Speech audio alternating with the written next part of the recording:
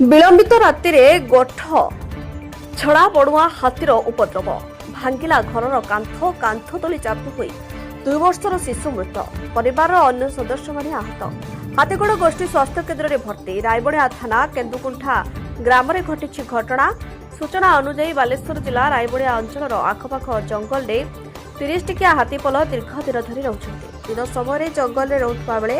ରାତିରେ ଗାଁ ଆଡ଼କୁ ଆସି ବାଡ଼ି ଘର ପଶି ଉପଦ୍ରବ କରୁଛନ୍ତି ଗତକାଲି ବିଳମ୍ବିତ ରାତିରେ ଏକ ଗୋଠ ଛଡ଼ା ଦନ୍ତା କେନ୍ଦୁଖୁଣ୍ଟା ଗ୍ରାମର ଉଦ୍ଧବ ବେଶ୍ରାଙ୍କ ଘର ଭାଙ୍ଗି ଦେଇଥିଲା ଯାହାଫଳରେ ରାତିରେ ଶୋଇଥିବା ବେଳେ ପରିବାର ଲୋକଙ୍କ ଉପରେ କାନ୍ଥ ପଡ଼ିଯାଇଥିବା ପରିବାରର ସମସ୍ତ ସଦସ୍ୟ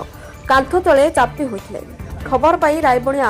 ବନ ବିଭାଗ ଘଟଣାସ୍ଥଳରେ ପହଞ୍ଚି ସମସ୍ତଙ୍କୁ ଉଦ୍ଧାର କରି ହାତୀଗଡ଼ ଗୋଷ୍ଠୀ ସ୍ୱାସ୍ଥ୍ୟ କେନ୍ଦ୍ରକୁ ଆଣିଥିବା ବେଳେ